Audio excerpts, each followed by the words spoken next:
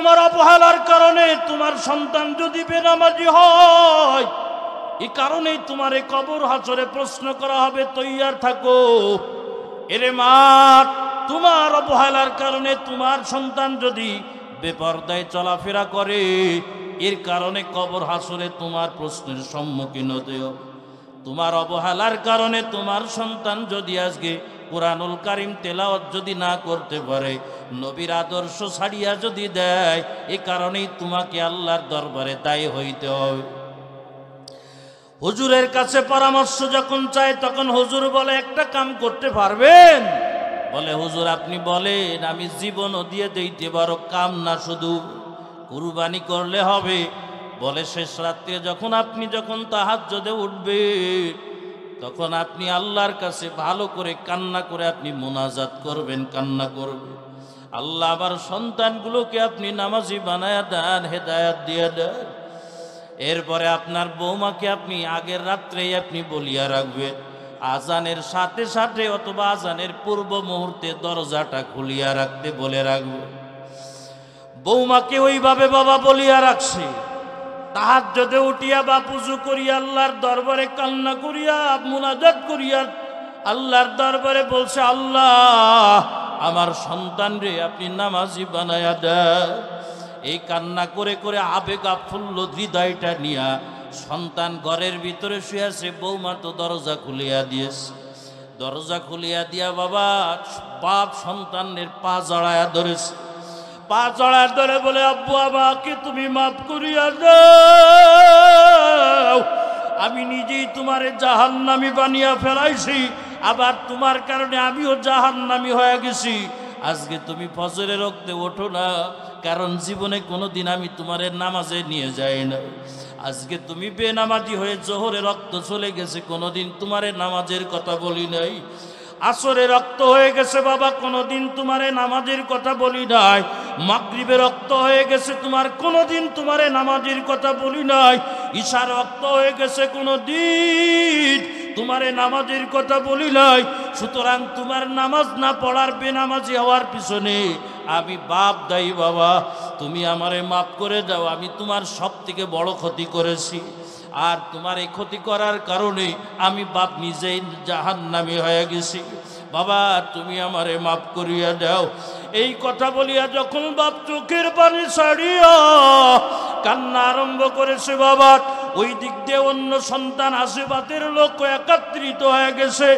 এত রাত্রে কিসের আওয়াজ শুনতে পায়? বাপ তার সন্তানের পা জড়ায়া ধরছে, কারণ হাল তাআলামু মা হাক্কুল্লাহি আলাল ইবাদ ওয়া মা হাক্কুল ইবাদি আলাল্লাহ। নবীজি মুআজকে ডেকে বলতেছেন, মুআজ তুমি কি জানো বান্দার উপরে আল্লাহ পাকের কি হক এবং আল্লাহর উপরে বান্দার কি হক? প্রশ্ন, আবার প্রশ্ন, যে হে মুআজ তুমি কি জানো বান্দার উপরে আল্লাহর কি হক, মানে আমাদের উপরে আমাদের আল্লাহর কি হক, এটা কি জানো? আর আমরা আল্লাহর কাছে কি পাই, এটা কি আমরা কি জানি? জানেন আপনারা কেউ আমাদের উপরে আল্লাহর কি হক? বলে কি করলাম? আর আল্লাহর উপরে আমরা কি পাই এটাও জানি না। আমাদের মতন একই রকম উত্তর দিয়েছেন মুআজ। তিনি বললেন যে আল্লাহু ওয়া রাসূলুহু আলামু বিহি, এই বিষয়টার উত্তর আমার জানা নাই, আল্লাহ এবং আল্লাহর রাসূলই ভালো জানে। মানুষের উপরে, ইনসানের উপরে আল্লাহর কি হক রয়েছে এবং আল্লাহর উপরে মানুষের কি হক রয়েছে, এটা আল্লাহ এবং আল্লাহর রাসূলই ভালো জানেন। মুআজ রাদিয়াল্লাহু আনহু উত্তর দিলেন। আল্লাহর নবী বললেন, বান্দার উপরে আল্লাহ পাকের হক হলো আল্লাহ ইউশরিকু বিহি শাইআ। বান্দা যতদিন জমিনের ভিতরে থাকবে, বান্দা কোনোদিন আল্লাহ পাকের সাথে কোনো কিছুকে শরীক করবে না। বলেন আমাদের আল্লাহ কয়জন? বলেন আরো জোরে বলেন, কয়জন? আল্লাহ কয়? জোরে বলেন। এই জমিন সৃষ্টি করেছেন কে? জোরে বলেন। আরে আল্লাহর নামটা জবানটা খুলে বলেন, জোরে বলেন। আল্লাহ। এই জবানটা কে দিয়েছেন? জোরে বলে। এই বিশাল আসমান কে সৃষ্টি করেছেন? জোরে বলেন। আবার এই বিশাল আসমান জমিন যিনি সৃষ্টি করেছেন তিনি আবার বিলীন করে ফেলবেন। তিনি একাই ক্ষমতার মালিক, তিনি একাই সৃষ্টি করেছেন, কোনো সহযোগিতা নাই। তিনি আবার একাই সব বিলীন করে ফেলবেন। এই জন্য আল্লাহ পাকের ওয়াহদানিয়াতের ব্যাপারে আল্লাহ নিজে একটা সূরা নাজিল করে দিয়েছে। কুল, হে নবী আপনি বলে দেন, কুল হু আল্লাহু আহাদ, আল্লাহ হলো এক, আল্লাহুস সামাদ, আল্লাহ হলো বেনিয়াজ, লাম ইয়ালিদ ওয়া লাম ইউলাদ, আল্লাহ কাউকে জন্ম দেয় নাই, আল্লাহকে কেউ জন্ম দেয় নাই। আল্লাহর কোনো স্ত্রীও নাই, আল্লাহর কোনো সন্তানাদিও নাই। আমার আল্লাহ ওয়ালাম ইয়াকুল লাহু কুফুয়ান আহাদ, আমার আল্লাহর কোনো সমকক্ষ জমিন আসমানে না। একদিন নবী এক সাহাবীকে বলতেছেন যে তোমাদের ভিতরে কেউ আসুক, প্রতিদিন রাত্রবেলায় এক খতম কোরআন শরীফ পড়বে। ইয়া রাসূলুল্লাহ, শোয়ার আগে এক খতম কোরআন শরীফ পড়া সম্ভব? নবীজি বলে সম্ভব। কি সম্ভব? কয় কেউ যদি সূরা ইখলাস একবার যদি পড়ে, আল ইখলাস সুলুসুল কুরআন, সূরা ইখলাস একবার পড়লে কোরআন 3 ভাগের 1 ভাগ পড়লে যে সওয়াব, সেই সওয়াব আল্লাহ পাক দান করেন। তাহলে 3 বার পড়লে পূর্ণ কোরআন পড়ার কি হবে? সওয়াব আমলনামায় চলে যাবে। ভাইরা আমার খেয়াল করেন, জমিনের ভিতরে আমাদের উপরে আল্লাহ পাকের হক হলো আমরা জমিনের ভিতরে কখনো আল্লাহর সাথে শরীক করব না, আল্লাহর জাতের সাথেও শরীক করব না, সিফাতের সাথেও শরীক করব না। সিফাতের সাথে মনে করেন আল্লাহ রাজ্জাক, আমি এই কথা বলবো না, আমার ব্যবসা আমার খাওয়ায়, ব্যবসা ভালো না হলে কিভাবে চলবো, এই কথা বলা যাবে না। চাকরি আমার খাওয়ায়, চাকরি না থাকলে আমি কিভাবে চলবো, অমুক জিনিস আমারে খাওয়ায়, অমুক জিনিস আমারে চালায়। না রে বাবা, তোমার চাকরি থাকলেও আল্লাহ খাওয়াইবে, তোমার চাকরি না থাকলেও আল্লাহ খাওয়াইবে। তোমার থেকে বড় বড় প্রাণী জঙ্গলের দিকে তাকায় দেখো, দাদা বাবা এখন কি খাবে কোনো টেনশন নাই, কালকে কি খাবে টেনশন নাই। আল্লাহ তাআলা তাদের খাওয়াইতেছেন, তাদের কোনো টেনশন নাই, কারণ তারা জানে আমার রাজ্জাক হলো আল্লাহ, আমার আল্লাহ আমাকে না খায় মারবে না। সুতরাং আল্লাহর জাতের সাথে যেইভাবে শিরিক করা যাবে না, ঠিক তেমনি ভাবে আল্লাহ পাকের সিফাতের সাথে শরীক করা যাবে না। যদি কমপক্ষে যদি এই হালাতে যদি কোনো বান্দার ইন্তিকাল হয় যে আল্লাহ তাআলা এক, আল্লাহর কোনো শরীক নাই, লা ইলাহা ইল্লাল্লাহ মুহাম্মাদুর রাসূলুল্লাহ, এতটুকু যদি বাবা নিয়ে যাইতে পারো, তাহলে বান্দার আল্লাহর উপরে হক হইল, আল্লাহ তাআলা বান্দাকে একদিন না একদিন মাফ করিয়া আল্লাহ দুনিয়ার সমপরিমাণ একটা জান্নাত বান্দাকে দান করবে। হ্যাঁ, তবে যদি গুনাহ থাকে, অন্য থাকে, তবে শাস্তি ভোগ করার পরে, তবে সর্বনিম্ন আল্লাহ পাকের উপরে এটা আমাদের হক হয়ে যায় যে আল্লাহ মাফ করে আল্লাহ জান্নাত দান করবে। ভাইরা আমার, তো আমি এই কথা বোঝানোর জন্য আমি আসলাম এই পর্যন্ত যে হক এত ব্যাপক, এজন্য আমি এর ভিতরে আমি ছোট্ট একটা হক নিয়ে আমি আলোচনা করব অল্প সময়। আমি বলেছি ভাই ভাইয়ের উপরে হক, বোন ভাই বোনের উপরে হক, স্বামী স্ত্রী স্বামীর উপরে হক, প্রতিবেশী প্রতিবেশীর উপরে হক, চেয়ারম্যান মেম্বার প্রজাদের উপরে হক, জনগণ চেয়ার মেম্বারের উপরে হক, মোহতামিম সাহেব উস্তাদদের মোহতামিম সাহেবের উপরে, উস্তাদদের ছাত্রদের মোহতামিম সাহেবের উস্তাদদের উপরে হক। তাই এত তো আলোচনা করা সম্ভব না, আমি এই বিষয় থেকে আমি ছোট্ট একটা বিষয় আপনাদের সামনে বলবো যে আমাদের সমাজের ভিতরে হক সময়ের ভিতরে একটা হক আছে, হলো মা বাবের উপরে সন্তানের হক এবং সন্তানের উপরে মা বাবের হক। মা বাবের উপরে সন্তানের হক আর সন্তানের উপরে মা বাপের হক, এই বিষয়টা নিয়ে। তবে এই বিষয় সম্পূর্ণ না, কারণ অধিকাংশ বয়ানে আমি এটাই শুনি যে সন্তানদেরকে বলা হয়, এ সন্তানরা মা বাবের হক আদায় করো, মা বাবের হক আদায় করো। অবশ্যই এটা তো আল্লাহর কথা, ওয়াকাদা রাব্বুকা আল্লা তা'বুদু ইল্লা ইয়াহু ওয়া বিল ওয়ালিদাইনি ইহসানা। আল্লাহ পাকের তো ফয়সালা এটাই যে আল্লাহর ইবাদতের পরে মা বাবার সাথে ভালো ব্যবহার করতে হবে। নবীজির হাদিস, অনেক হাদিস আছে, আমরা বারবার এই আলোচনা শুনি। আমি আজকে ও আলোচনায় যাব না, আমি আজকে উল্টো আলোচনায় যাব। সেটা কি ভাই?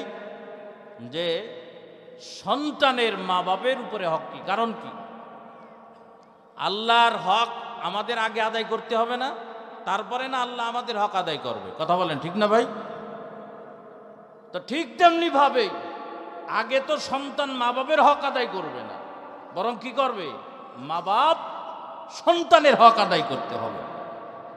যদি মা বাপ তার সন্তানের দরবারে একটা মামলা দায়ের করার জন্য আসি, মামলাটা একটু গ্রহণ করেন। আমিরুল মুমিনিন বলেন, বাবা কার বিরুদ্ধে তুমি মামলা নিয়ে আসছো? বলে, আমিরুল মুমিনিন আমার সন্তানের বিরুদ্ধে মামলা নিয়ে আপনার কাছে আসছি। আমিরুল মুমিনিন বলে, আশ্চর্য ব্যাপার, আপনার নিজের আপন সন্তানের বিরুদ্ধে? কয়, হ্যাঁ, নিজের আপন সন্তানের বিরুদ্ধে আমি মামলা নিয়ে আপনার দরবারে আসছি। আমিরুল মুমিনিন বলেন, কি করেছে আপনার সন্তান? বলে, আমিরুল মুমিনিন আমার, আমি যে তার জন্মদাতা বাপ, এ সন্তান আজ 10 বছর যাবৎ আমাকে কোনো দিন আব্বা বলে ডাক দেয় না। এই সন্তান কোনো দিন আমাকে একটা টাকা ভরণ পোষণ বা খাওয়া দাওয়ার জন্য দেয় না। এই সন্তান কোনো দিন আমার খোঁজ খবর তো নেয় না, বরং যদি সুযোগ পায় আমার সাথে খারাপ আচরণ সন্তান করে। যত প্রকার কষ্ট আছে সব কষ্ট এ সন্তান তার আমাকে আর তার বাপকে দেওয়ার চেষ্টা করে। এ সন্তানের কারণে আমি বাপ বড় অতিষ্ঠ হয়ে গেছি। আমি এই সন্তানের বিরুদ্ধে আপনার আদালতে মামলা দায়ের করতে আসি, আপনি কি মামলাটা নিবেন? আমিরুল মুমিনিন হযরত ওমর রাদিয়াল্লাহু আনহু এই কথাটা শুনিয়া তিনার রাগে চেহারাটা লাল হয়ে গেল। আমিরুল মুমিনিনের চোখটা বড় বড় হয়ে গেল। রে বাবা, আমার এই ইসলামী হুকুমতের ভিতরে, শাসনের ভিতরে কার এত ক্ষমতা? আল্লাহ পাকের আদেশ লঙ্ঘন করিয়ে জমিনের ভিতরে চলে, ইসলামী রাষ্ট্রের ভিতরে চলে। আমিরুল মুমিনিন রাগ হয়ে গেছে, আমাদের কাছেও এসে দোয়া চায়। বলে, হুজুর একটু দোয়া করিয়েন, সন্তানকে লেখাপড়া শিখাইলাম, কিন্তু সন্তান এখন আমাদেরকে চেনেও না, আমাদেরকে বাপ বলেও ডাকেও না। এরকম অভিযোগ আমাদের কাছেও আসে রে বাবা। যেরকম অভিযোগ আমিরুল মুমিনিন হযরত ওমরের কাছে আসছে, আমিরুল মুমিনিন সাথে সাথে 3টা পুলিশ পাঠায়া দেয়া বলে, এই তোমরা এর সন্তানকে আমার সালাম দিবা। আমিরুল মুমিনিন ডাকছে, বলবা যদি সন্তান যদি না আসে তাহলে বাদী আমার সামনে উপস্থিত করবা। সাথে সাথে বাবা 3টা পুলিশ চলে গেছে সন্তানকে আনার জন্য।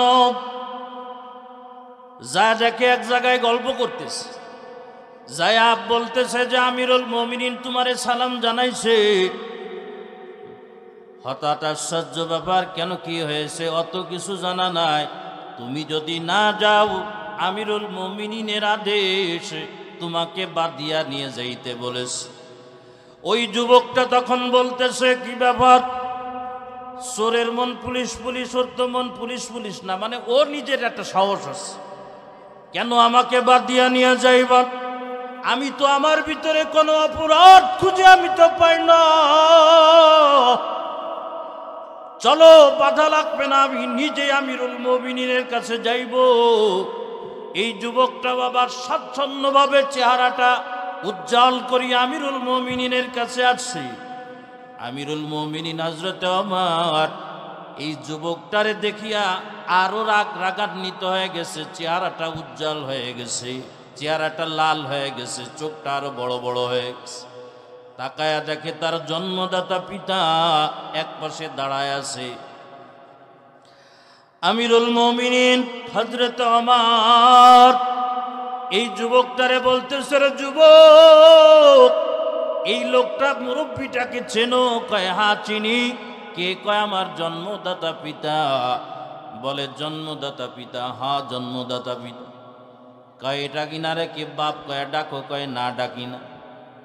এ যুবকের যে প্রশ্ন করে সরল মনে উত্তরটা দিয়ে দেয়। বলে তোমার এই বাপটা জন্মদাতা পিতা, বাপ কয় ডাকো না, ভালো কথা। তারা কি খাইতে দাইতে দাও না? কয় তাও দিই না। বলে তার পোশাক আদি কিনে দাও না? কয় তাও দিই না।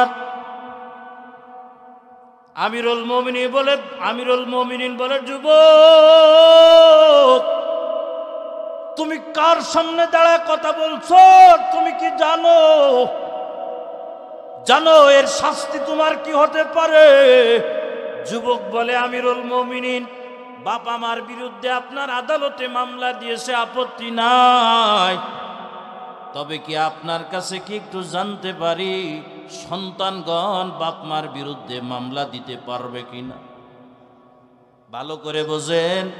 বলতেছে আমিরুল মুমিনিন, বাপ আমি সন্তানের বিরুদ্ধে অভিযোগ দিয়েছে, আপত্তি নাই। তবে আপনার কাছে কি জানতে পারি সন্তানগণ কি বাপ মার বিরুদ্ধে মামলা দায়ের করতে পারবে কিনা? এটা আপনার কাছে জানার ব্যাপার।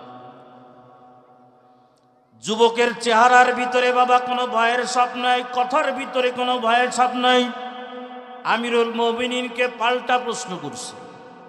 আমিরুল মুমিনিন তখন স্তব্ধ হয়ে গেছে। আমিরুল মুমিনিন তখন নবীজির হাদিস, আল্লাহর নবীর একটা হাদিস মনে পড়ে গেছে। আল্লাহ তাআলা কাল কিয়ামতের ময়দানে যখন হিসাব নিবে, তখন আল্লাহ পাক ডাক দিবে, এরে তুই নামাজ পড়িসনি কেন? এরে তুই রোজা রাখিসনি কেন? এরে তুই আমার নবীর আদর্শের উপরে চলিসনি কেন? তুই কুরআনুল কারীম তেলাওয়াত করতে পারিস না কেন? দুনিয়ার সব বুঝতিস, কিন্তু আমার নবীর আদর্শ কেন বুঝতিস না?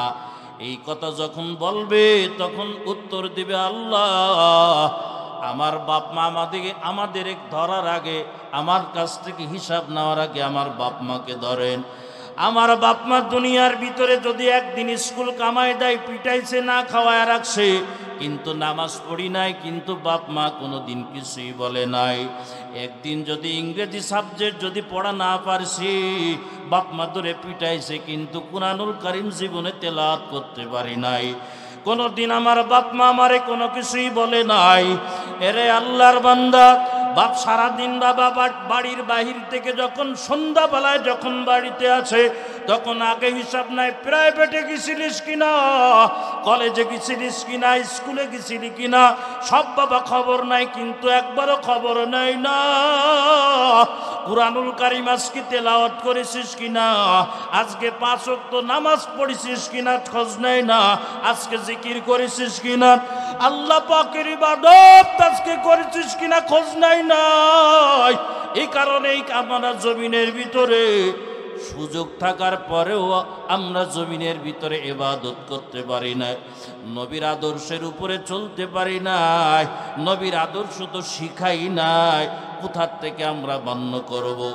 এই কথা বলার সাথে বাবা, এই যে সন্তান তোমার বিরুদ্ধে মামলা দিল, সাথে সাথে বাবা বাপ মাকে আসামির কাঠগড় দাঁড় করায়া হিসাব নেওয়া হবে। যুবক কেন নামাজ পড়ে না? দোষ অন্য কারোর নয়। যুবতী বোন আমার তেলাওয়াত করতে পারে না, দোষ অন্য কারোর নয়। আজকে বাবার দোষটা কার? ওই যে বাবার দোষটা হলো সন্তানের হক মা বাপ আদায় করে নাই, দোষটা কিন্তু ওই জায়গাটাই। আজকে আমাদের সমাজ আমরা মুসলমান বলে দাবি করি, কিন্তু 100 ভাগের ভিতরে 95টা মুসলমান সন্তান সহিভাবে কুরআনুল কারীম তেলাওয়াত করতে পারে না। আমি বাবা তোমার এই কথা বলতেছি না, আমি বাবা তোমার এই কথা বলতেছি না তুমি কি স্কুল বাদ দাও, কলেজ বাদ দাও, ভার্সিটি বাদ দাও, বাদ দিয়া তুমি এখনই মাদ্রাসায় ভর্তি হও। আমি তোমাকে এই কথা এখনই বলি না তুমি জুব্বা পরে লম্বা দাড়ি রাখিয়া পাগড়ি পরিয়া চলো, এই কথা আমি এখনই বলি না। কিন্তু বাবা নবীর আদর্শ তোমার ভিতরে থাকা লাগবে, আল্লাহ তাআলার হুকুম বাস্তবায়নের জন্য সেই যোগ্যতা তোমার ভিতরে থাকা লাগবে রে বাবা। যদি তোমার সন্তানের যদি হক যদি আদায় না করো রে মা, এরে বাবারা, এই সন্তান বাবা দুনিয়াতেও হয়তো কাজে নাও আসতে পারে, আখিরাতে তো তোমার বিরুদ্ধে মামলা দিবে, লিখে নিয়ে যাও, কোনো ভুল না।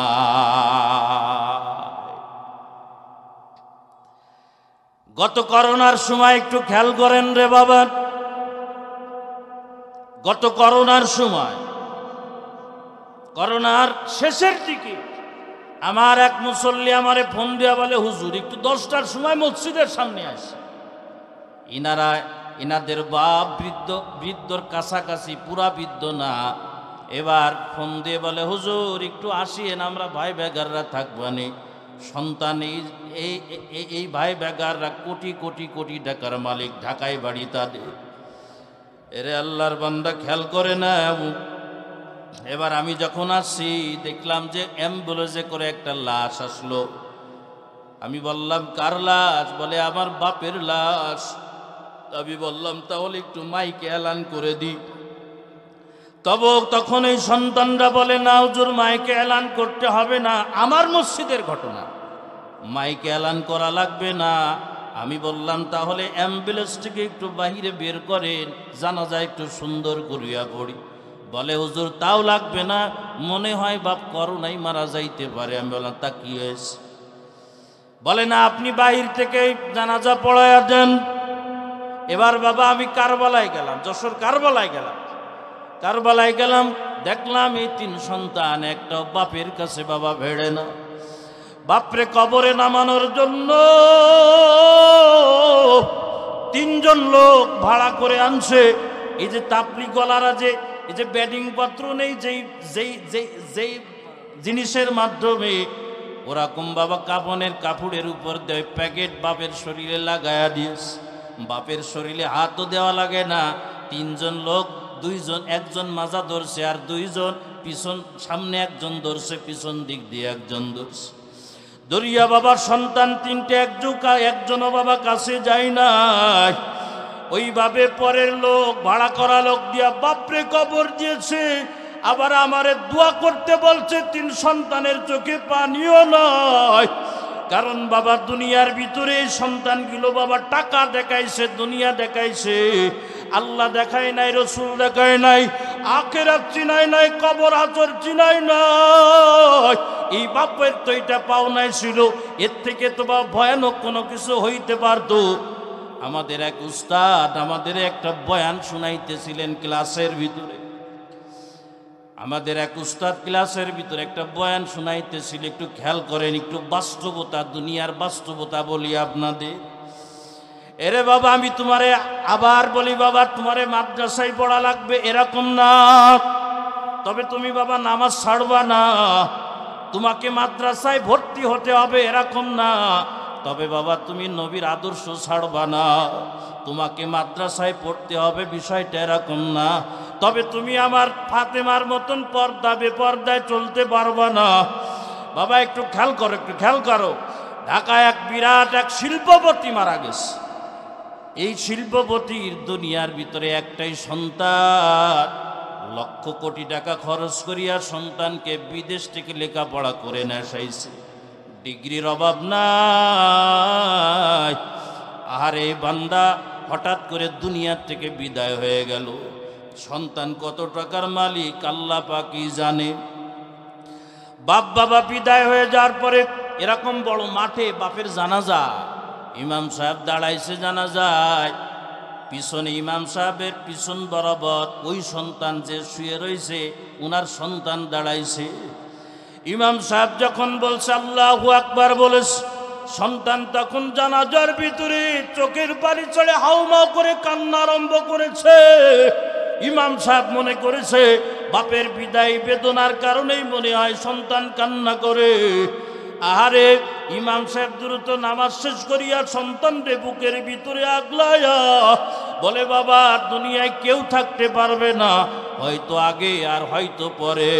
অনেক সময় সন্তানও চলে যায় আগে, অনেক সময় বাপও চলে যায়। কেউ যাইতে তো হবে, কেউ থাকতে পারবে না। কিন্তু ছেলেটা তো বাবা শিক্ষিত, যদিও জেনারেল, কিন্তু ছেলেটা বলে হুজুর আমি সব জানি, কিন্তু আপনি যেই কারণ মনে করতেছেন ওই কারণে আমি কাঁদি না। অর্থাৎ আমার বাপ দুনিয়ার থেকে বিদায় হয়ে গেছে এই কারণে আমি কাঁদি না হুজুর না। তাহলে ইমাম সাহেব তখন একটু থামেরে গেলেন, কোন কারণে কাঁদে?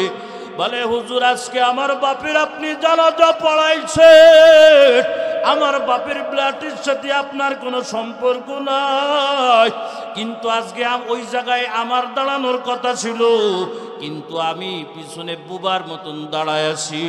অথচ আজকে এই এত ডিগ্রি অর্জনের জন্যই বাপেরই অবদান, এই বাপের রক্তটা পানি করে আমার এই পর্যন্ত আনছে। আজকে কিন্তু বাপের বিদায় হয়ে গেল। বাপের বিদায়ে আমি গোসলটাও দিতে পারলাম না, বাপের বিদায়ে আমি কাফনের কাপড়টা আমি জড়াইতে পারলাম না, বাপের বিদায়ে আমি বাপের জানাজাও আমি পড়াইতে পারলাম না। এরপরে যখন খাটিয়ায় করিয়া যখন কবরে নিয়ে যাওয়া হবে, আমার বাপরে কি বলি আমি কবরে নামাইব এটাও আমি জানা নাই, বাপরে কোন ভাবে আমি দোয়া করব এটাও আমার জানা নাই। হুজুর আমি চিন্তা করলাম, তাহলে আমার বাপের আমার উপরে যে এত অবদান, এই দুনিয়ার দম পর্যন্ত আমার বাপের দম শেষ, আর বাপের সাথে তাহলে আবার কি আর কোনো সম্পর্ক নাই? এ বাবা ভালো করে একটু ভালো করে বোঝো রে বাবা, এই বান্দার আল্লাহ ব্রেন খুলে দিয়েছে।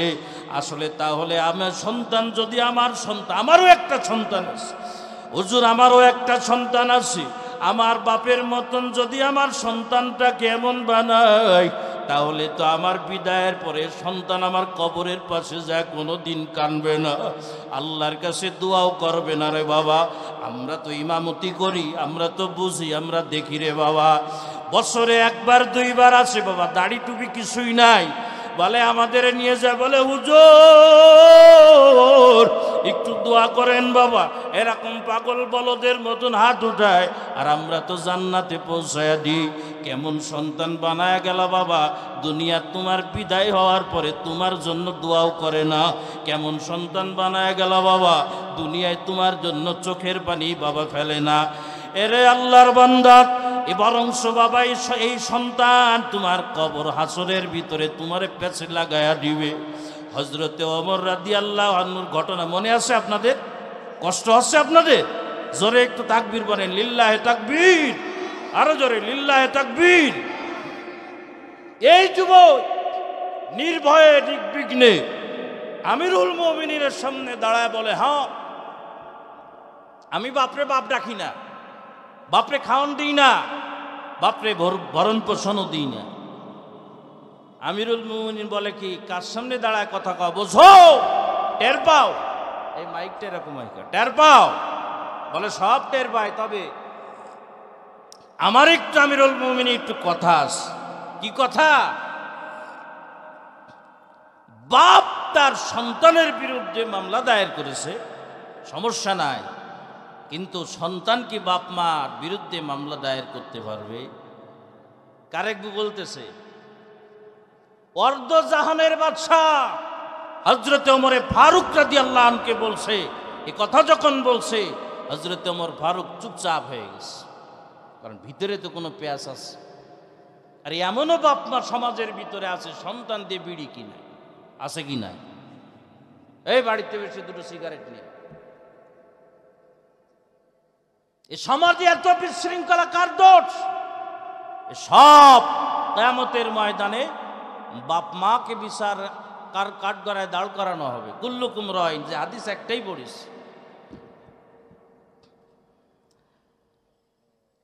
যুবক যখন বলে আমি কি মামলা দায়ের করতে পারবো, যুবককে তখন বলতেছে হ্যাঁ তুমি কি মামলা দায়ের করবো করো। তখন বলে আমিরুল মুমিনিন, মামলা দায়ের হলো আমি যে তার সন্তান, আমি দুনিয়ার ভিতরে আসার পরে জীবনে কোনোদিন আমার কোনোদিন খোঁজ খবর নিয়েছে কিনা একটু শুনিয়া দেখেন। খাইতে দিয়েছে, পড়তে দিয়েছে, ঠিক আছে, কিন্তু দিন কোরআন হাদিসের শিক্ষাও তো আমার জীবনে কোনোদিন দেয় নাই। আজকে আমি এই দুনিয়ার ভিতরে আমি আজকে চলাফেরা করে মূর্খের মতন করি, এ বাপ মাকে আমার হক আদায় করছে কিনা একটু আপনি তাদের কাছে একটু প্রশ্ন করে দেখেন। এই কথা জিজ্ঞাসা করব, বলে যে আমি যখন আমার মায়ের গর্ভের ভিতরে ছিলাম উনি তখন মদ খায়া বেড়াইতো, শুনে দেখেন। এক কথায় জীবনে আমার তার উপরে যে হক আদায় করছে কিনা একটু জিজ্ঞাসা করে। এই কথা শুনিয়া আমিরুল মুমিনিন এই বুড়ো বাবারে আর কিছু কয় নাই, চলিয়া যায় নাই, তোমারে কিন্তু জেলে যাইতে হবে। এরে আল্লাহর বান্দা, এই জন্য বলি রে বাবা, দুনিয়ার ভিতরে বাবা যারা সন্তান আছো তারা তো মা বাপের হক আদায় করবা, তবে যদি বাবা মা বাপ যদি হও সন্তানের হক আদায় করা লাগবে। এই জন্য আল্লাহ পাক রব্বুল আলামিন মা বাপের সন্তানরে বলেছেন মা বাপের হক আদায় করতে, কিন্তু আল্লাহ তাআলা এ কথাও বলেছে যে মা বাপ সন্তানের হক আদায় করার ব্যাপারে আল্লাহ পাক স্পেশাল একটা সূরা নাজিল করেছে। সন্তান মা বাপের হক আদায় করবে এই ব্যাপারে কয়েকটা আয়াত আছে, আর মা বাপ সন্তানের হক আদায় করবে এই ব্যাপারে আল্লাহ পাক মুস্তাকিল স্বয়ং সম্পূর্ণ একটা সূরা নাজিল করেছে। জোরে বলেন সুবহানাল্লাহ, জোরে বলেন। সূরাটার নাম কি বলেন? সূরা লুকমান। সূরা লুকমান, আল্লাহ পাক লুকমান হাকিম তার সন্তানের হক আদায় করেছেন। বাপমার উপরে কি কি সন্তানের হক, প্রত্যেকটা বাপমাকে এই সূরাটা পড়া উচিত, যে লুকমান হাকিম তার সন্তানের হক তিনি কিভাবে আদায় করেছেন। ভাইরা আমার খেয়াল করে একটু তরজমা করে এবার আসে। আল্লাহ তাআলা বলেন ওয়াইদ ক্বালা লুকমান, ওয়াইজ মানে হে নবী আপনি স্মরণ করেন, মানে ওই সময়ের কথা আমি আল্লাহ পাকের কাছে বড় দামি। ওই সময় কোন সময়? লুকমান যখন তার সন্তানকে ডাক দিছে, তার সন্তানকে নসিহা করতেছে, তার সন্তানকে ওয়াজ করতেছে। তুমি যখন তোমার সন্তানকে বলবা বাবা নামাজটা পড়, বাবা তুই একটু নবীজির সুন্নাতের উপরে চল, বাবা তুই একটু এই কামটা কর, এই যে বাপ তার সন্তানকে নসিহা করে, এই সময়টা আল্লাহ পাকের কাছে এত দামি সময়। আল্লাহ পাক তার নবীকে বলতেছেন হে নবী আপনি ওই সময়ের কথা স্মরণ করেন যখন আমার লুকমান তার সন্তানকে ডাক দিছে এবং নসিহাত করতেছে। ওই সময়টা আমি আল্লাহ পাকের কাছে অনেক দামি। জোরে বলেন সুবহানাল্লাহ। ভাইরা আমার খেয়াল করেন, খুলনার ছোট্ট একটা ঘটনা আমি আপনাদের সামনে বলি।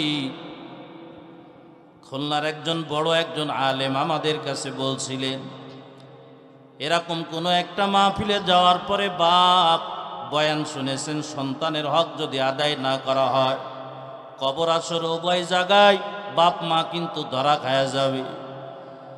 এই বাপটা বাবা চিন্তা করেছে আমি তো আমার সন্তানদের জীবনে কোনোদিন নামাজ পড়তে বলি নাই, আমার সন্তানরে কোনোদিন আমি দাড়ি রাখতে বলি নাই, সুন্নাত তরিকায় চলতে বলি নাই, তাহলে আমি বাবা যদি মারা যায় তাহলে আমার নামাজ রোজা হয়তো আল্লাহর দরবারে হয়তো কবুল হবে না। কিন্তু সন্তান তো এখন তো অনেক বড় হয়ে গেছে, বিয়ে শাদী হয়ে গেছে, এখন কি করি? বাড়ি আসার পরে সন্তানরে অনেকবার বুঝাইছে, কিন্তু সন্তান কোনো রকম শোনে না, নামাজও পড়ে না, নবীর আদর্শের উপরেও চলে না, বৌমাদের পর্দা পুশিদায় রাখার চেষ্টা করে কিন্তু তাও পারে না, বড় বিপদ। হুজুরের কাছে যা বলে, হুজুর চোখের পানি সে বলে কান্না করে বলে, হুজুর আমাকে পরামর্শ দেন। আমার যখন বুঝছিল না তখন তো আমি এগুলো করি নাই, আর এখন বুঝ আসতে এগুলো আমি মেহনত করতেছি, কোনো কাজে আসে না। মেঘনি গাছ একটা যদি আপনি লাগান, ছোট কালে যদি বেঁকা হয়ে যায়, ঠিক লাগালে সোজা করা যায়, কিন্তু 30 বছর পার হয়ে গেলে ও মেঘনি গাছ ঠিক লাগায় ঠেলা দিয়ে সোজা করা যায় না। কথা বলেন ঠিক কিনা জোরে কর। তারপরে হুজুর আপনি আমাকে একটু পরামর্শ দেন, কি করব? এরে বাপ, তোমার অবহেলার কারণে তোমার সন্তান যদি বেনামাজি হয়, এই কারণেই তোমার এই কবর হাসরে প্রশ্ন করা হবে, তৈয়ার থাকো। এরে মা, তোমার অবহেলার কারণে তোমার সন্তান যদি বেপরদায় চলাফেরা করে, এর কারণে কবর হাসরে তোমার প্রশ্নের সম্মুখীন হতে হবে। তোমার অবহেলার কারণে তোমার সন্তান যদি আজকে কুরআনুল কারীম তেলাওয়াত যদি না করতে পারে, নবীর আদর্শ ছাড়িয়া যদি দেয়, এ কারণেই তোমাকে আল্লাহর দরবারে দায়ী হইতে হবে। হুজুরের কাছে পরামর্শ যখন চায়, তখন হুজুর বলে, একটা কাম করতে পারবেন? বলে, হুজুর আপনি বলেন, আমি জীবনও দিয়ে দিতে পারো, কাম না শুধু কুরবানি করলে হবে। বলে, শেষ রাত্রে যখন আপনি তাহাজ্জুদে উঠবে, তখন আপনি আল্লাহর কাছে ভালো করে কান্না করে আপনি মুনাজাত করবেন, কান্না করবেন, আল্লাহ আমার সন্তানগুলোকে আপনি নামাজি বানায়া দেন, হেদায়াত দিয়ে দেন। এরপরে আপনার বৌমাকে আপনি আগের রাত্রেই আপনি বলিয়া রাখবেন, আজানের সাথে সাথে অথবা আজানের পূর্ব মুহূর্তে দরজাটা খুলিয়া রাখতে বলে রাখবেন। বৌমাকে ওইভাবে বাবা বলিয়া রাখছে, তাহাজ্জুদে উঠিয়া বা পুজো করিয়া আল্লাহর দরবারে কান্না করিয়া মুনাজাত করিয়া আল্লাহর দরবারে বলছে, আল্লাহ আমার সন্তান রে আপনি নামাজি বানায়া দেন। এই কান্না করে করে আবেগ আপ্লুত হৃদয়টা নিয়া সন্তান ঘরের ভিতরে শুয়ে আছে, বৌমা তো দরজা খুলিয়া দিয়েছে। দরজা খুলিয়া দিয়া বাপ সন্তানের পা জড়ায়া ধরেছে, পা জড়ায় ধরে বলে, আব্বু আমাকে তুমি মাফ করিয়া দাও, আমি নিজেই তোমারে জাহান্নামী বানিয়া ফেলাইছি, আবার তোমার কারণে আমিও জাহান্নামী হয়ে গেছি। আজকে তুমি ফজরের রক্তে ওঠো না, কারণ জীবনে কোনোদিন আমি তোমারে নামাজে নিয়ে যাই না। আজকে তুমি বেনামাজি হয়ে জোহরে রক্ত চলে গেছে, কোনোদিন তোমারে নামাজের কথা বলি নাই। আসরে রক্ত হয়ে গেছে বাবা, কোনোদিন তোমারে নামাজের কথা বলি নাই। মাগরিবে রক্ত হয়ে গেছে, কোনোদিন তোমারে নামাজের কথা বলি নাই। ঈশার রক্ত হয়ে গেছে, কোনোদিন তোমারে নামাজের কথা বলি নাই। সুতরাং তোমার নামাজ না পড়ার, বেনামাজি হওয়ার পিছনে আমি বাপ দায়ী বাবা। তুমি আমারে মাফ করে দাও, আমি তোমার সব থেকে বড় ক্ষতি করেছি, আর তোমার এই ক্ষতি করার কারণে আমি বাপ নিজেই জাহান্নামী হয়ে গেছি। বাবা তুমি আমারে মাফ করিয়া দাও। এই কথা বলিয়া যখন বাপ চোখের পানি ছাড়িয়া কান্না আরম্ভ করেছে বাবা, ওই দিক দিয়ে অন্য সন্তান আশেপাশের লোক একত্রিত হয়ে গেছে। এত রাত্রে কিসের আওয়াজ শুনতে পায়? বাপ তার সন্তানের পা জড়ায়া ধরছে, কারণ বাপ আবেগ আপ্লুত হয়েছে। এরে বাবা, আজকে তুমিও যদি তোমার সন্তানের পা জড়ায়া ধরতে পারো, যদি নামাজ না পড়ে তার পাটা জড়ায়া ধরো, আল্লাহ খুশি হয়ে যাবে। যদি তোমার সন্তান যদি মাদকাসক্ত হয়ে যায়, তোমার সন্তানের বাবা তুমি পা জড়ায়া ধরো, তোমার সন্তান তারপরেও বাবা ফিরবে ইনশাআল্লাহ। আল্লাহর কাছে তো দোয়া করতেই হবে, দুনিয়ায় ছোট হলে আল্লাহর দরবারে বড় হওয়া যাবে।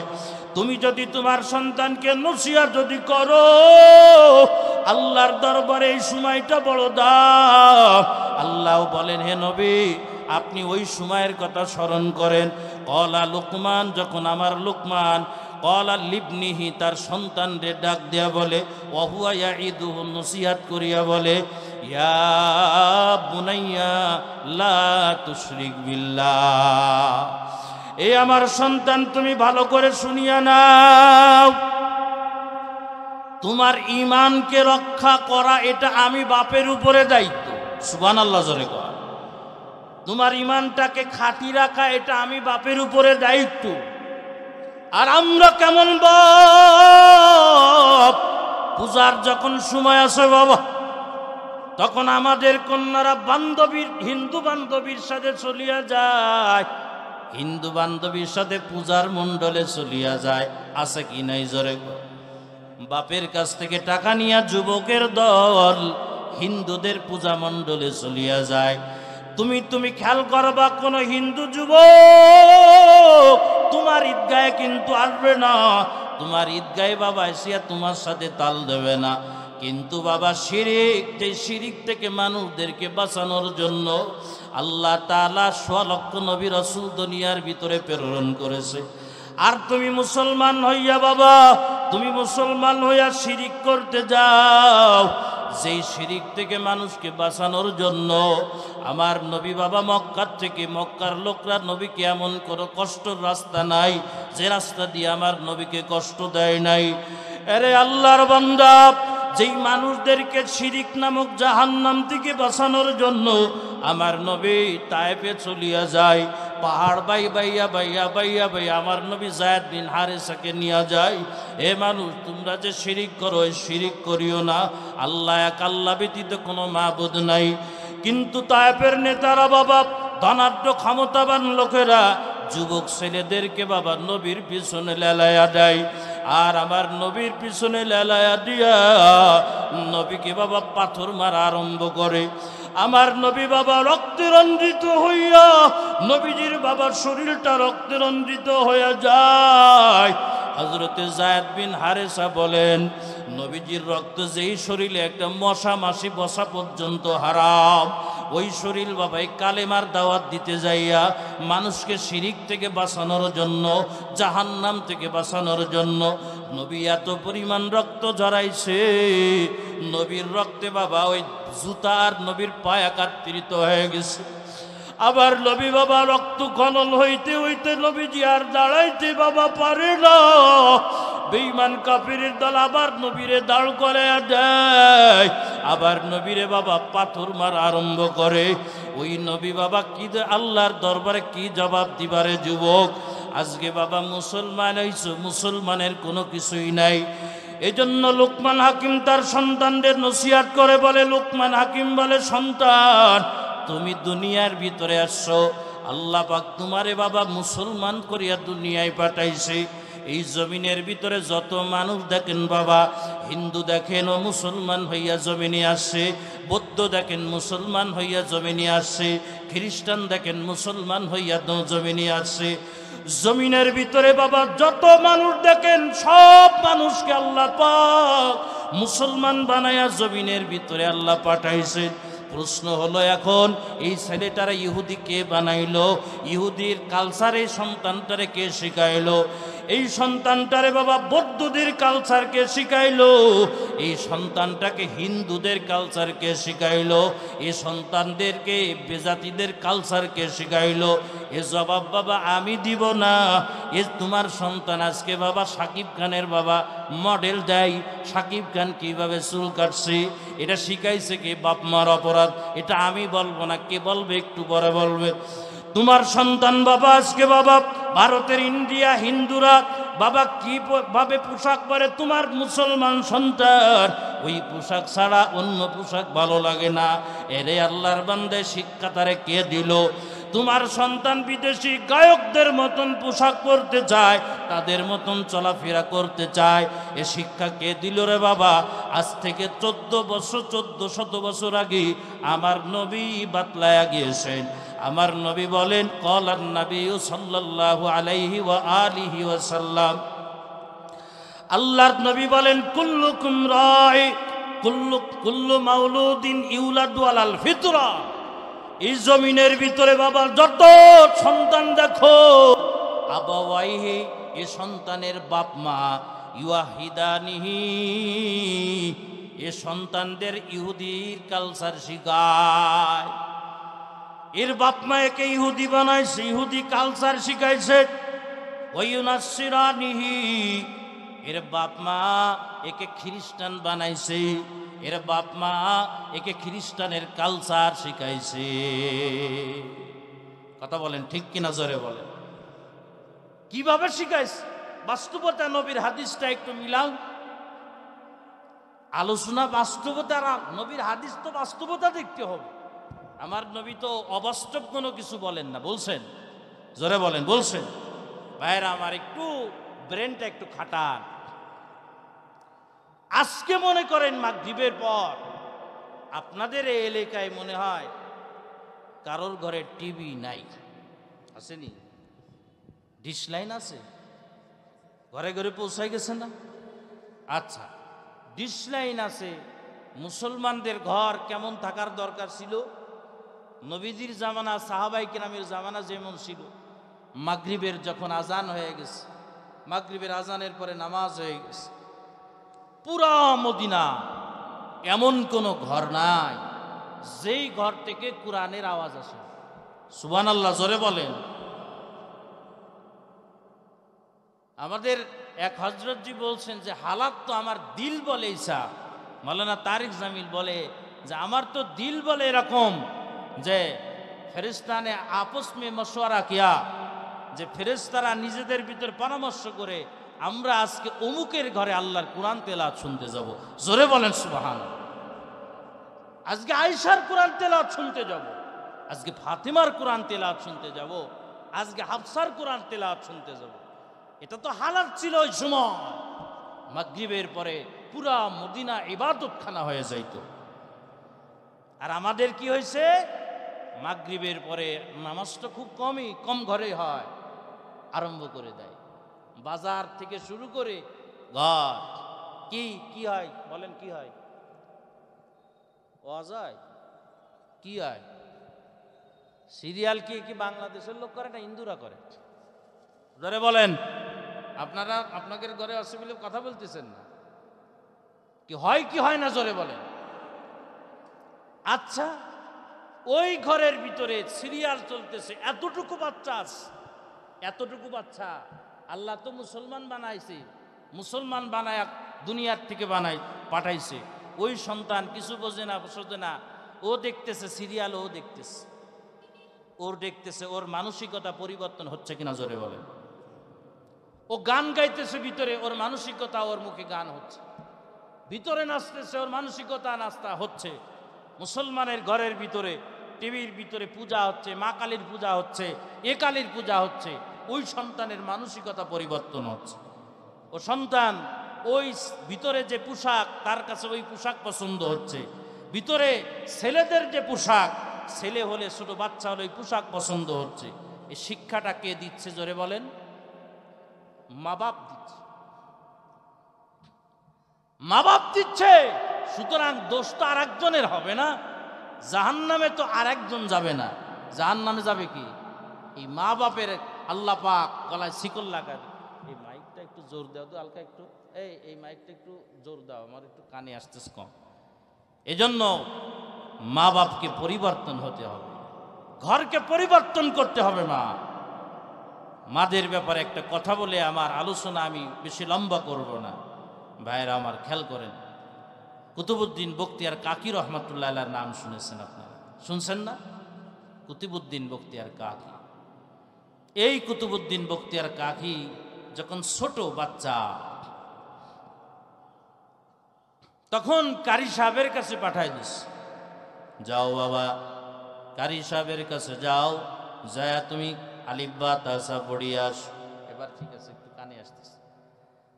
সন্তান কারি সাহেবের মহল্লার কারি সাহেবের কাছে আলিফ বা তাসা পড়ার জন্য গিয়েছে। কিতাবের ভিতরে এমন লেখা হয়, যখন ইমাম সাহেব কারি সাহেব বলছে বাবা পড়ো আলিফ, তখন এই সন্তান আলিফ লাম মিম তেলাওয়াত করা শুরু করেছে। তেলাওয়াত করতে করতে এক পর্যায়ে বিভিন্ন বর্ণনা পাওয়া যায়। কোন বর্ণনায় এমন পাওয়া যায় টানা 10 পারা কুরআনুল কারীমের তেলাওয়াত করেছে। কোন বর্ণনায় পাওয়া যায় টানা 15 পারা কুরআনুল কারীমের তেলাওয়াত করেছে। রে বাবা, কারি সাহেব আশ্চর্যান্বিত হয়ে বলে, মা কি তাহলে কুতুবউদ্দিন বখতিয়ার কাকির মা কি আমার সাথে কি তাহলে ঠাট্টা করলো কিনা? আমার কাছে আলিফ বা তা পড়ার জন্য পাঠাইলো, এখন সন্তান দেখে অর্ধেক কোরআনের হাফেজ।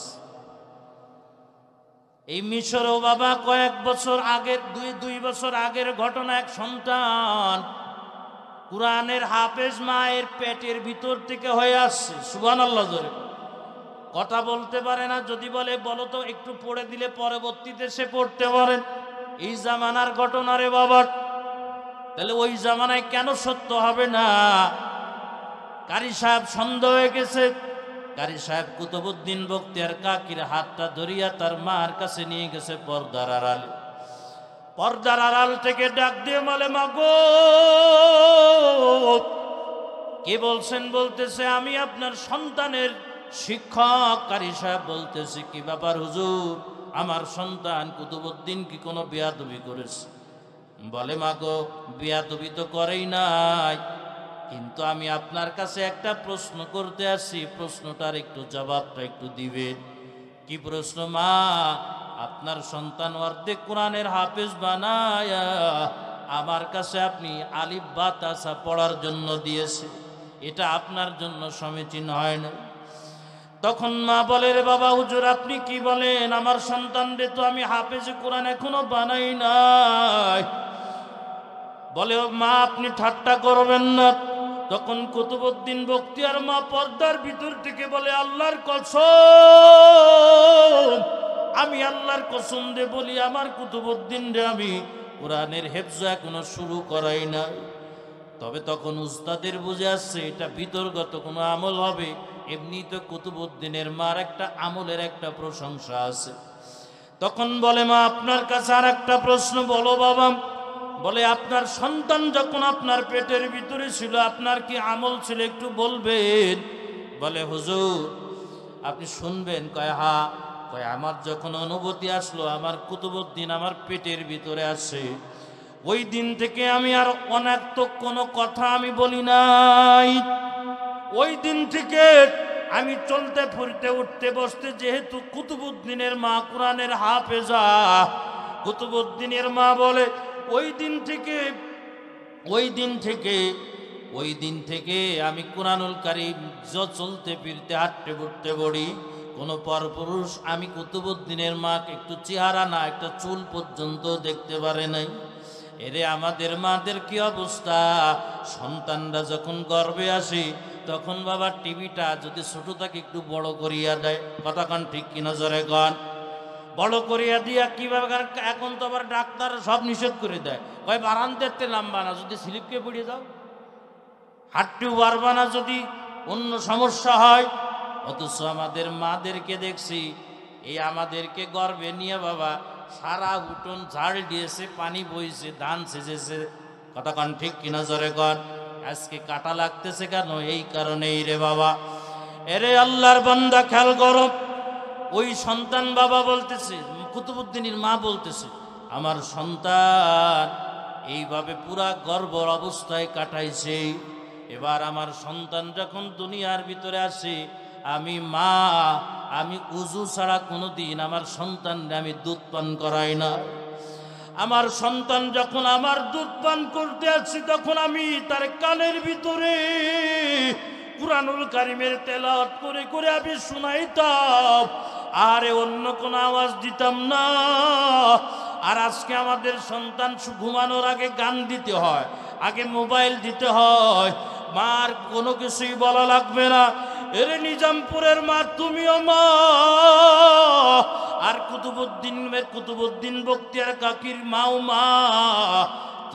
তুমিও বাবা, তুমিও কবরে যাইবা, কুতুবউদ্দিনের মাও কবরে গিয়েছে। তুমিও হাসরের ময়দানে উঠবা, কুতুবউদ্দিন বখতিয়ার কাকির মাও হাসরের ময়দানে উঠবে। বাবারাও একটু তওবা করিয়া নাও, আজ থেকে নিজে নামাজ পড়বো, সন্তানদেরকে নামাজ পড়াইব।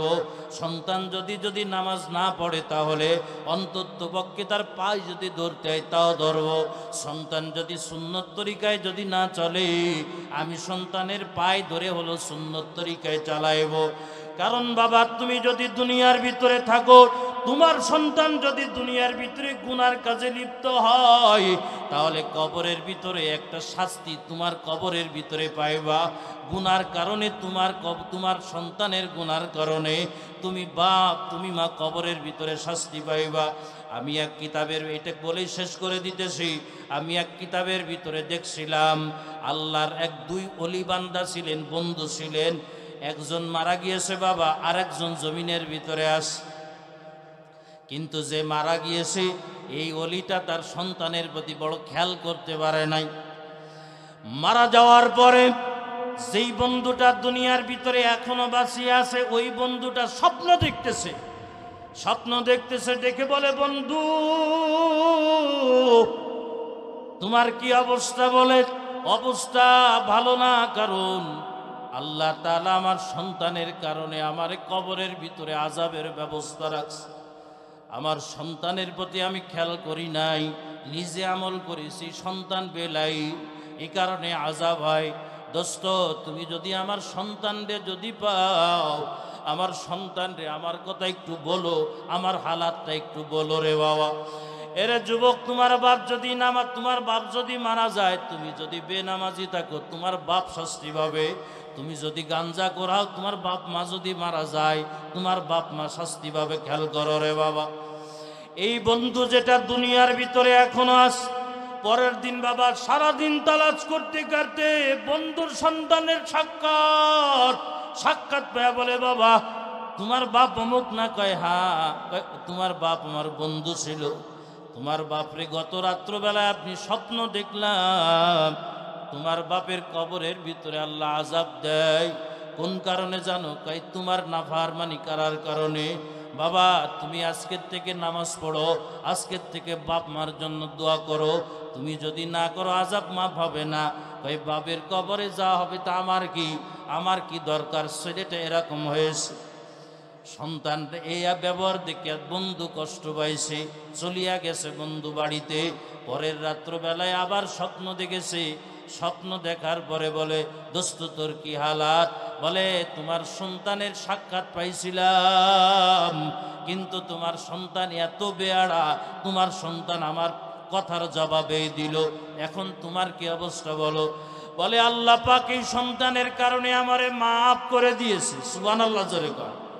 কই কিভাবে মাফ করে দিয়েছে?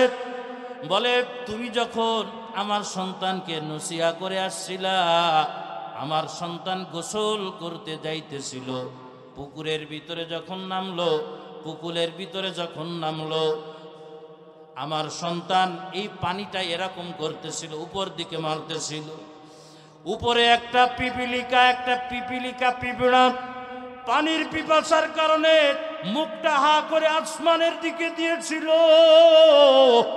আর বলছিল, আল্লাহ পানি দাও।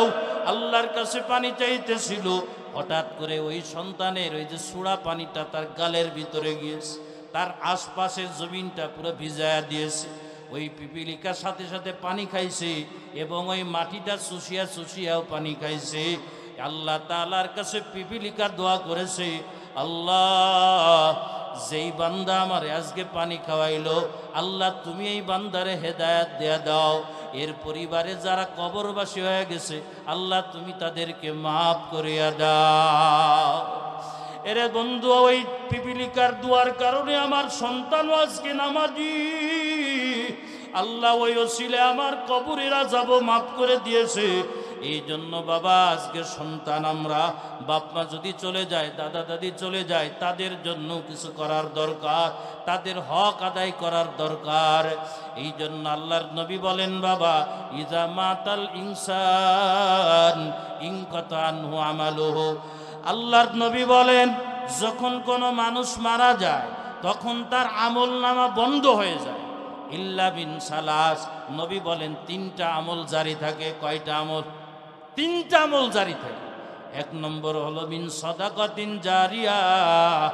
এক নম্বর হলো এই যে মরহুম যিনি মারা গিয়েছেন, ইনি যদি কোনো সদকায় জারিয়া করিয়া যায়, অথবা ইনার সন্তানরা ইনার নামে যদি কোনো সদকা করিয়া যায়, তার মানে মনে করেন একটা বাপের নামে একটা মসজিদ বানায়া দিয়েছি, এই মসজিদে যতদিন মানুষ ইবাদত করবে, ওই ইবাদতের সব যার নামে করা হয়েছে তার আমল নামায় পৌঁছাই।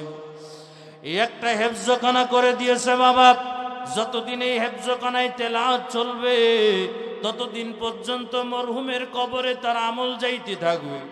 এরে বাবা একটা কূপ একটা কল করে দিয়েছে, মানুষ এই কল থেকে পানি খায়। এক গাড়ি সিমেন্ট দিয়েছে, এক গাড়ি বালি দিয়েছে। যতদিন এইটা থাকবে ততদিন পর্যন্ত এই মরহুমের আমল নামায় যাইতে নেকি যাইতে থাকবে রে বাবা। এরে বাবা তুমি একদিন থাকবো না, আমিও একদিন থাকবো না। যেমন তোমার আমার মা বাবা আজকে কবরে ঘুমায়, আজকে যদি বাবা তাদের জন্য যদি কিছু করি, তারা কিন্তু আমাদের দিকে তাকায় আছে। আমাদের সন্তানরা আমাদের জন্য কি করবে?